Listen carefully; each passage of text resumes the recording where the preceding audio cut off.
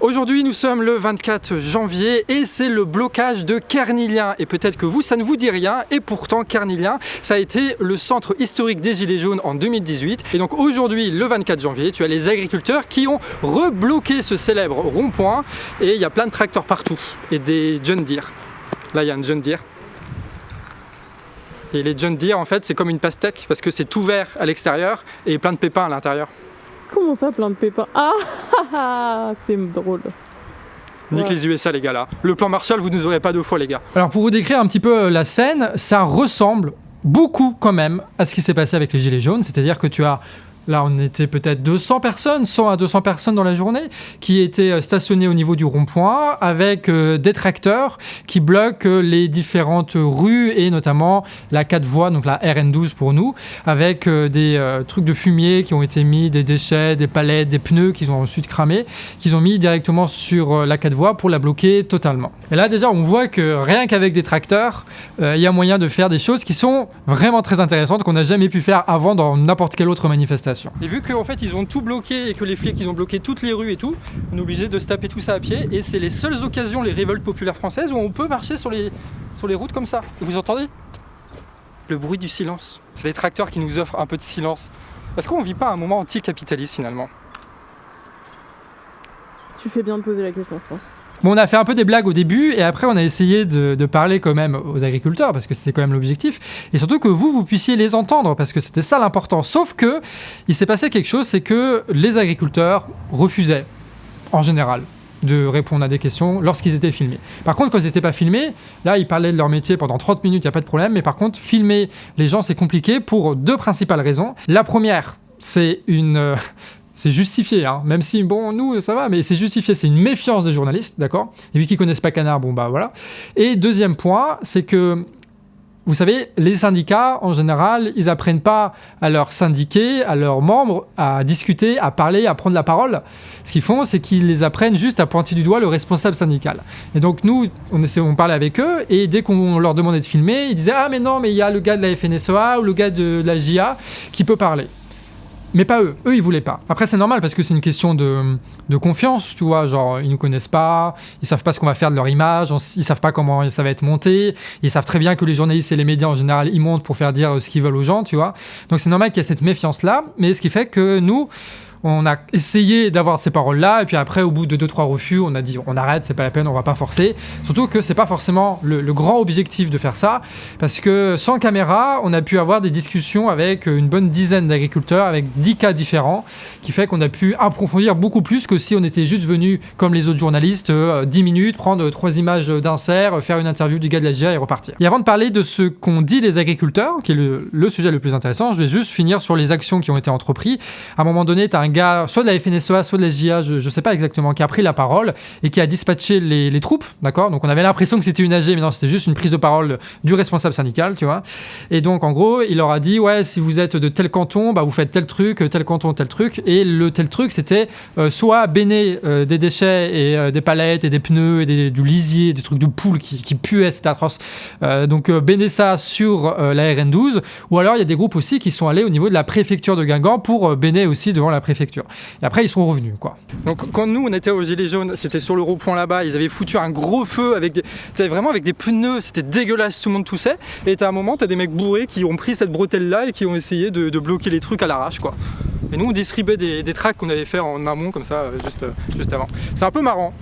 C'était les Gilets jaunes. Tout le monde dans les champs de patates. Il y avait le blocage et après il y a la vie dans le blocage et en gros c'est t'es là, tu connais personne et puis il y a quelqu'un qui pop, qui vient te voir ou toi tu viens voir quelqu'un et puis tu discutes avec lui et petit à petit il te raconte des trucs, etc., et tu sautes de conversation en conversation comme ça. C'est une ambiance qui est très très gilet jaune et beaucoup de personnes qui n'étaient pas syndiquées. Il y avait des gens qui étaient en bio, des gens qui sont historiques en bio, qui ont commencé le bio il y a 25 ans, quoi. Il y avait des salariés agricoles, il y avait des petites structures, des structures qui étaient un peu plus grosses. Mais c'était quand même une assez grande diversité, hein. Si vous pensez que c'est vraiment que la FNSEA qui est là-dedans, moi je pense que pour l'instant la FNSEA arrive à chapeauter un peu les trucs parce qu'ils connaissent les gens, parce qu'ils arrivent à bien parler, parce qu'il y a la culture syndicale, un peu de soumission au syndicat qui fait que c'est eux qui prennent la parole et qui apparaissent dans les médias. Mais en tout cas, pour moi, pour nous, à Carnilian, à Guingamp, il y avait une grande variété d'agriculteurs avec beaucoup de modes de production différents. Surtout que là, tu as la Confédération paysanne au niveau national qui a appelé à rejoindre le mouvement, donc à rejoindre les points de blocage. Et donc là, il va y avoir de plus en plus de personnes qui vont être dans des cultures encore un peu plus paysannes ou encore un peu plus bio, etc., quoi. En gros, qu'est-ce qui se passe? Il y a plusieurs points d'accroche. Pour le plus facile pour vous, si vous suivez le canard, ça va être au niveau des différents accords de libre-échange qui ont été mis en place. Ce qui est ressorti beaucoup, c'est ce qui s'est passé en Ukraine et aussi avec le Brésil. C'est vraiment les deux gros pays où tu as eu récemment énormément d'importations. Donc en Ukraine, c'est beaucoup de poules et de blé et ça va être plutôt du bovin viande au niveau du Brésil. Et donc ce qui se passe, c'est qu'en gros, tu as les Ukrainiens qui ont une des meilleures terres au monde avec des fermes qui sont gigantesques, d'accord, héritées de l'Union soviétique avec des grandes fermes et tout, donc vraiment des trucs énormes qu'ils envoient après avec des transporteurs qui sont pas du tout réglementés directement en Union européenne. Et vu qu'ils profitent d'un accord de libre-échange qui leur impose absolument rien, ils peuvent déverser leurs marchandises agricoles partout dans l'Union européenne et y compris en France. Ce qui fait que tu as un discours contradictoire où tu as l'État et l'Union européenne et la PAC et toutes ces conneries-là qui vont dire aux agriculteurs de volailles ou aux céréaliers, ils vont leur dire « Bon, bah, il faut que vous produisiez beaucoup, mais vraiment beaucoup, donc investissez un maximum dans les tracteurs et compagnie, vraiment produisez à fond, comme ça vous aurez plus de subventions. Mais par contre, il faut respecter énormément de normes, et de plus en plus de normes, sachant que vous serez en concurrence avec des personnes qui ne respectent absolument pas les normes et qui ont beaucoup plus d'investissement que vous, et qui ne payent absolument pas les salariés de la même façon que vous, et qui n'ont absolument pas les mêmes contraintes que vous. Et donc ça, véritablement, c'est ce qu'on appelle saccager une agriculture. Vraiment, c'est un saccage, c'est une destruction méthodique, volontaire et consciente de détruire l'agriculture familiale. On a posé pas mal de questions aussi au niveau des coopératives. Alors ceux qui ne savent pas pourquoi, on m'a expliqué ça, hein. En gros, c'est... Au début de l'après-guerre, il y a eu énormément d'associations d'agriculteurs pour entamer la révolution technique qui est venue notamment avec les tracteurs et la chimie. D'accord ? C'est les deux grosses révolutions agricoles de l'après-guerre. Et donc, il fallait apprendre à utiliser tout ça. Pour apprendre à utiliser tout ça, ils se voyaient entre eux, ils formaient des coopératives. Et petit à petit, ces coopératives, elles ont grandi. Et aujourd'hui, en réalité, on retrouve les coopératives en général en amont et en aval de l'agriculteur. En amont, ils vont leur donner toutes les portions pour les bêtes, par exemple. Ils vont leur donner peut-être les poules ou des trucs comme ça dans certains cas. Donc vraiment, genre toute la bouffe, c'est les coop qui le donnent aux agriculteurs. Et après, c'est eux qui récupèrent la marchandise. Sauf que quand ils récupèrent la marchandise, ils négocient pas avec l'agriculteur. Ils disent, OK, votre lait, on va prendre 1000 litres pour 430 €. Vos 100 œufs, on va les prendre, écoutez bien, hein, 2,6 €. Nous, on paye 2,6 € les 6 œufs. Les agriculteurs, à ce prix-là, ils en vendent 100. Et c'est les coopératives qui font ça. Parce qu'en fait, ils ont une situation de quasi-monopole sur le terrain. Du coup, ils appliquent les prix qu'ils veulent. Comme ça, ils font baisser leurs coûts. Parce qu'en fait, ils prennent sur les marges des agriculteurs. C'est ça qui se passe. Et ensuite, ils vendent très cher en profitant de l'inflation sur la consommation et les prix alimentaires. Sauf que le problème, c'est que c'est des coopératives, tu vois. Et à chaque fois, moi, j'ai posé la question. Si c'est des coopératives, c'est vous qui élisez les gens qui sont dans la coopérative. Donc, comment ça se fait que vous ne votiez pas pour des gens qui vont faire en sorte qu'ils doublent le prix d'achat du lait et qu'ils fassent pression sur les supermarchés pour qu'ils fassent baisser les prix, etc. Et en fait, on m'a pas dit explicitement comment est-ce que ça se passait, mais on m'a dit, c'est la mafia. En gros, c'est la mafia. C'est-à-dire que c'est trusté à mort, qu'il y a des lobbies à mort et que c'est les gros industriels qui sont aussi dans les coopératives et qui sont aussi dans les grandes surfaces et qu'en fait, les monopoles industriels, fausses coopératives et les grandes surfaces, ils se mélangent aussi dans la direction pour faire en sorte que les intérêts de chacun soient préservés dans ce racket systémique qu'ils organisent contre les agriculteurs. Et donc moi j'ai posé la question de dire mais pourquoi est-ce que vos puissants syndicats ne s'organisent-ils pas pour faire élire des gens à l'intérieur de ces trucs-là ? Bon, pas de réponse, hein. C'est bizarre que les syndicats aussi puissants que ça, en fait, ils règlent pas le problème à la base au niveau des coopératives qui rackettent les gens et au niveau des grandes surfaces. On nous a parlé aussi de la MSA. La MSA, c'est quoi ? C'est là où ils cotisent pour la sécurité sociale, pour les retraites et compagnie. Tu vois, ils sont pas au régime général, ils sont à la MSA. Et donc, en gros, ils payent, alors je vais pas dire de bêtises, mais plus de 40% de leur chiffre d'affaires, pas de leur bénéfice, de leur chiffre d'affaires à la MSA. Donc, ils filent quasiment la moitié de ce qu'ils gagnent à la MSA. Et au final, ils se retrouvent avec des retraites minables, mais vraiment minables. La retraite moyenne d'un agriculteur, c'est 800 balles. Alors qu'ils cotisent comme des bâtards, mais c'est 800 balles quand même. Parce qu'avant, quand on était venus juste il y a 30 minutes, il y avait un groupe qui était là, maintenant ils sont tous réunis et ils commencent à causer. Et ça, c'est un des trucs importants. tout cas qui a structuré beaucoup les Gilets jaunes, c'est que vu qu'on est ensemble longtemps, même si au début on voulait juste bloquer pour le truc de l'essence, et on commence à se parler, à former des groupes et à prendre des décisions à partir de ces groupes-là localement, quoi. Et donc là, le grand enjeu, ça va être savoir si les syndicats qui vont essayer de faire étouffer un peu le mouvement vont réussir à capter ou pas le pouvoir dans ces assemblées-là, ou est-ce que les agriculteurs, autres que les syndiqués, autres que les syndicats, vont réussir à prendre eux-mêmes leurs décisions, à avoir eux-mêmes leurs revendications. Donc il y a un gros enjeu politique qui joue sur ces assemblées-là partout en France en ce moment même. Et on va aller voir ça. Let's go! Et tu sais, il y a un peu ce discours-là de oui, les agriculteurs, c'est des patrons et tout. Alors, officiellement, sur le papier, c'est des patrons. Dans le réel, ils choisissent à peine ce qu'ils achètent pour leurs bêtes ou ce qu'ils mettent sur les champs, tu vois. Parce que c'est tellement réglementé avec les coopératives et tout qu'ils n'ont pas vraiment le choix. Et ils décident pas du prix de comment ils le vendent parce qu'ils sont obligés de passer par des coopératives parce qu'ils ont un trop gros volume, parce qu'on leur a poussé à avoir un gros volume et que du coup maintenant ils sont baisés à cause de ça. Et qu'ils doivent vivre du coup des subventions, sauf que les subventions elles sont conditionnées à planifier sur 5 ans les trucs pour avoir les trucs de la PAC et compagnie et qu'il faut respecter tel cahier des charges. Et au final, en fait, ils décident de pas grand-chose. Ils décident simplement de est-ce qu'ils continuent à travailler 90 heures par semaine sans vacances pendant 10, 20, 30, 40 ans ou est-ce qu'ils arrêtent ? Est-ce qu'ils font faillite ? Ils font un autre métier. T'as eu beaucoup ça, c'est un peu le truc de moi je suis agriculteur, je travaille 2 voire 3 fois plus que les autres et je suis payé 800, 900 balles. C'est pas normal. Ce qui est d'autant plus scandaleux quand tu vois le prix des grandes surfaces. Je veux dire, si les agriculteurs gagner ne serait-ce que la moitié de l'argent que ça affiché sur ton étiquette sur la grande surface, ils seraient riches les gars, il n'y aura pas les problèmes. Il n'y aura pas le problème. En fait, ils sont totalement cernés, ils n'arrivent plus à dégager de marge, notamment face à des coopératives qui les rackettent et les grandes surfaces qui les rackettent. Et il y a un dernier gros sujet que moi j'aimais bien aborder avec eux, c'est celui de la transmission. Déjà, il y a de moins en moins d'agriculteurs, parce que chaque ferme produit beaucoup plus, puisque c'est surinvesti par plein de mécaniques et de trucs comme ça. Donc, vu que les fermiers ils produisent plus, et que la demande ne suit pas ce cours-là, elle est quand même un peu plus faible parce que la population n'augmente plus tant que ça en France, du coup, tu as moins de fermiers en France. Donc déjà, tu as des fermes qui sont revendues à d'autres gens qui faisaient déjà de l'agriculture et qui rachètent les terres pour étendre leur exploitation. Et puis après, tu as les fils qui voient leur daron, leur daronne être en mode on gagne 800 € par mois pour travailler 90 heures dans un métier qui n'a pas d'avenir, pas de porteur parce que tout le monde est en train de te flinguer partout. Et en plus de ça, la ferme, elle est absolument pas rentable. Donc tu vas t'endetter à vie pour des centaines de milliers d'euros pour une ferme qui n'est absolument pas rentable. Pour ceux qui ont des gros investissements comme les laitiers ou trucs comme ça, tu vois. Et du coup, les gamins ils disent non, moi je vais faire un boulot à l'usine ou un truc comme ça, c'est beaucoup mieux parce que du coup, t'es payé au SMIC pour 35 heures, ce qui est inenvisageable dans l'agriculture. Et en plus de ça, en fait, il n'y a plus trop de crédit maintenant qui se fait parce que les banques elles restreignent à fond le crédit avec les politiques qu'on a vues sur la chaîne du Canard Réfractaire avec les banques centrales et compagnie. Donc, on se retrouve dans des situations où il n'y a plus de crédit. Il n'y a plus de rentabilité dans les fermes. Et ça va faire le plaisir, évidemment, des gros industriels, des gros possédants de ce qu'on a appelé dans la dernière vidéo les seigneurs de l'agriculture, qui, eux, raflent toutes les marges, que ce soit au niveau des grandes surfaces, des grandes surfaces qui commencent à acheter des terres agricoles, au niveau des industriels, etc., etc. Eux, ils raflent les marges, ils récupèrent le gros pognon, et puis ils exportent à l'étranger avec leurs énormes fermes, etc. Donc eux, ils se font du pognon avec les traités de libre-échange, et petit à petit, ils rachètent les fermes paysannes et familiales qui étaient là historiquement et qui se font bouffer par des gros. Parce qu'en fait, les gilets jaunes à Guingamp, à l'époque, ils étaient beaucoup sur les trucs écolos, ils le sont toujours encore un peu, tu vois.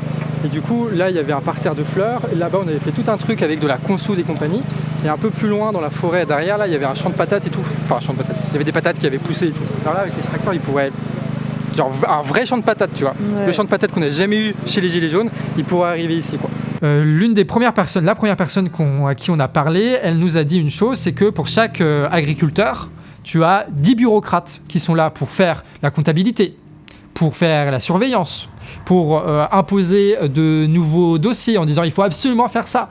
Et puis du coup, il faut embaucher de nouvelles personnes pour remplir ces dossiers parce que les agriculteurs sont incapables de le faire parce que les dossiers sont beaucoup trop compliqués, etc., etc., etc. Et puis avec les intermédiaires, et puis avec les trucs. Ce qui fait qu'en fait, tu as une énorme classe parasite bureaucratiques qui veulent contrôler absolument toute l'agriculture et qui reposent sur le travail d'agriculteurs qui sont de moins en moins rentables et de moins en moins nombreux. Donc en fait, un agriculteur, ça fait vivre énormément de personnes, mais pas les bons, parce que ça fait vivre les bureaucrates. Et je suis pas sûr que pour contrôler une agriculture et s'assurer qu'ils foutent pas n'importe quoi sur les champs, on ait besoin d'avoir autant de personnes qui surveillent. Surtout que si les prix étaient décents et que les marges étaient baissées au niveau des grandes surfaces, au niveau des coopératives, au niveau des industriels, en fait, les agriculteurs pourraient vendre leurs produits agricoles à un prix raisonnable, qui les ferait vivre eux, qui les ferait rentables eux, et qui ne changent rien pour nous, parce qu'en fait, ils me prennent juste sur la marge des multimillionnaires, voire milliardaires, qui se font du pognon de dingue avec ce système à la con. Donc on voit qu'il y a quelque chose qui ne va pas dans le système et que c'est très profond, quoi. C'est vraiment très profond. Et quelqu'un m'avait dit ça, une des dernières personnes que j'ai interviewées, c'est que le problème, il est tellement profond que ça ne va pas se résoudre avec un petit chèque, tu vois. Parce qu'en fait, il faut sortir de l'Union européenne, il faut dire merde à la PAC, il faut absolument... à minima, contrôler, voire nationaliser les gros industriels, les grandes surfaces et les coopératives pour refoutre de l'ordre là-dedans, pour refoutre des prix décents et dégager toute la classe de parasites, quoi. Sauf que ça, évidemment, le gouvernement ne va pas le faire. Et plus que ça, la FNSEA qui est à la négociation, eux, ils ne vont pas négocier ça. Parce que ce sont des seigneurs de l'agriculture. Parce que ce sont précisément des personnes qui profitent de ce système-là. Pas tous les gens qui sont à la FNSEA, tous les cadres de la FNSEA, qui sont aussi ceux qui sont à la SAFER, c'est-à-dire qui distribuent les terres, qui sont aussi les industriels, qui sont aussi dans les coopératives, etc., etc. Donc il faut dégager cette mafia-là, sauf que le problème, c'est que c'est la mafia qui négocie avec une autre partie de la mafia, tu vois. Donc ça va être difficile de s'en sortir dans ces conditions. La question, c'est est-ce qu'ils vont aller jusqu'au bout, les agriculteurs ? Il y a trois choses que moi je vois. La première, c'est que ça peut être rejoint par d'autres corporations. Donc on a vu que tu as les taxis qui se mobilisent, tu as certains pêcheurs qui se mobilisent, tu as des transporteurs qui se font avoir aussi avec la crise en Pologne, en Ukraine et tout, qui rejoignent, mais pour l'instant il n'y a pas de grands mouvements de masse, de grands syndicats, etc. C'est ici et là des gens qui rejoignent. Donc peut-être que ça va se renforcer et que tu vas avoir d'autres coopérations qui vont arriver et du coup va se poser la question très compliquée de savoir comment est-ce qu'on s'organise entre les mouvements pour que chaque mouvement puisse garder leurs revendications et en même temps trouver des revendications communes qui va permettre de régler les problèmes, comme ça l'était avec les Gilets jaunes, tu vois. La deuxième chose, c'est que c'est pas pareil partout. C'est-à-dire que là, à Guingamp, c'était très calme, parce que c'était la première fois qu'ils faisaient un gros blocage comme ça. Mais quand tu regardes du côté d'Agen, tu vois, là, tu vois qu'il y a des images de ouf où ils défoncent les préfectures et compagnie, où ils font des appels quasiment à la révolte, à l'insurrection, tu vois, avec des mecs qui sont vraiment déter, donc avec des leaders qui sont avec des discours qui sont beaucoup plus forts que ce qu'on a eu à Guingamp, tu vois, avec la FNSEA. Et donc, à voir comment est-ce que ça évolue. Est-ce que ça va être Agen qui va porter le truc et du coup, il va y avoir une radicalisation de tous les agriculteurs et que tout le monde va suivre le pas là-dessus, ce qui est possible vu la situation, ou est-ce que ça va plutôt se calmer globalement avec la FNSEA qui garde un peu toujours le contrôle là-dessus. Et justement, ça, c'est le dernier point, c'est avec la FNSEA. La FNSEA va négocier avec le gouvernement. La FNSEA va arriver avec un gros chèque en disant oui, on a 200 millions qu'on va distribuer à tous les agriculteurs et on va avoir les trucs sur les prairies permanentes, c'est enlevé, machin et tout. Des petits détails qui vont arriver. Ok, très bien. Est-ce que ça va calmer les agriculteurs ou pas ? Parce que en fait, la FNSEA ne va jamais négocier un autre système qui va permettre aux agriculteurs de vivre dignement de leur travail. Ils vont jamais empêcher le racket organisé systémique avec tout ce que j'ai raconté depuis tout à l'heure. Donc en gros, ça va être insuffisant, les revendications. Mais est-ce que ça va quand même calmer le mouvement ou pas ? Ça va être la question. Et à un moment donné, la FNSEA va dire « rentrez chez vous ». Et à un moment donné, les agriculteurs ils vont dire « non, ce n'est pas assez ce qu'on a obtenu, donc on va continuer ». Peut-être là aussi un moment charnière où ça va basculer, où ça va plus être contrôlé par la FNSEA, même si à mon avis ça l'est pas tant que ça, et ça va être là de moins en moins, et où les politiques vont dire bon bah maintenant ça va être répression et propagande comme avec les restes des mouvements sociaux. Mais je pense qu'avec ces occupations-là, les agriculteurs ils vont parler entre eux, et donc tu vas avoir des endroits où ça va être les agriculteurs entre eux qui vont décider de ce qu'ils veulent faire, sans passer par la FNSEA, parce qu'en fait ils vont se rendre compte qu'ils n'ont plus besoin d'eux, et que la FNSEA fait pas le boulot nécessaire. Donc je pense qu'il va y avoir un détachement. Et donc bah nous on vous encourage en tout cas, après cette première expérience, à rejoindre ces points de blocage. Si vous ne savez pas où ils sont, le plus simple, c'est de regarder votre presse régionale. En général, ils font des cartes ou ils font des articles sur les points de blocage. Donc, vous pouvez regarder ces articles-là. Vous savez que tel rond-point est occupé. Donc, vous y allez avant le boulot, pendant le boulot, après le boulot. Vous y allez avec du café et puis vous écoutez un peu les histoires des gens, quoi. Les histoires des agriculteurs. Vous racontez aussi votre vision des choses, tu vois. Si vous avez une vision qui est très anti-FNSEA, bah, dites-le. Et dites-le pourquoi. Sortez les arguments. Si vous avez une vision de il faut faire une convergence avec les autres, etc. Posez les problèmes, etc. Discutez avec eux pour que ça puisse se mélanger un petit peu entre les agriculteurs qui manifestent et nous qui avons aussi un sentiment de révolte parce que l'agriculture française est saccagée, mais aussi pour mille et autres raisons sociales, démocratiques, etc., etc. Allez-y, c'est quand même bien, c'est des gens qui sont accueillants, c'est des gens qui aiment parler de ce qu'ils font et c'est des gens qui, je pense, ont besoin de notre aide parce que si on les laisse seuls, peut-être qu'ils vont réussir à négocier des miettes avec la FNSEA et le gouvernement, mais ça ne va pas suffire et qui vont rester dans leur crise là. Et ce sont des gens qui font un boulot qui est trop important pour qu'on se désintéresse de ça. Et ce sont des gens, encore une fois, qui sont quand même accueillants. Bon, faut aimer le pain et la saucisse, mais à part ça, c'est accueillant. Et à nous envoyer aussi vos impressions donc par commentaire. Si vous avez d'autres cas, d'autres scandales, d'autres réflexions, mettez-les par commentaire et lisez les autres commentaires pour qu'on puisse se nourrir tous ensemble. Et si vous y allez, n'hésitez pas à nous faire un rapport avec des photos et des vidéos et nous envoyer ça à actu@lecanardréfractaire.org et comme ça on en parlera sur la chaîne du Canard Réfractaire et on en parlera dans la quotidienne qui s'appelle Actu Réfractaire. On va partir au montage et se lever tôt demain pour enchaîner la journée canard, la journée Actu Réfractaire et maintenant la journée avec les agriculteurs. Ça va être fatigant mais c'est intéressant. Il y a un mal de dos et de fatigue qui commence à arriver qui rappelle quelques nuits d'hiver en novembre 2018 et franchement ça fait plaisir. Et d'ailleurs, si je peux me promener comme ça avec les agriculteurs, leur parler, vous faire des vidéos comme ça, c'est parce que moi, on m'a déchargé du travail, parce que d'autres au Canard le font, le travail, tu vois, les autres vidéos du Canard et d'Actu Réfractaire. Et ça parce qu'on est très nombreux au Canard et on est indépendant. C'est fait qu'on peut vous proposer ce genre de vidéos. Et si ça te plaît et que tu trouves ça utile, notamment au niveau des mobilisations, quand ça bouge, bah, n'hésite pas à nous soutenir sur Tipeee. Comme ça, tu peux nous aider à nous développer et à garder notre indépendance quoi qu'il arrive. À la prochaine. Et puis voilà, des bisous. Ils sont en train de faire des cabanes. Je dis ça, je dis rien, mais on l'avait fait en 2018, ça aussi. Regarde celui-là. On n'irait pas voir leur cabane. On peut aller voir leur cabane.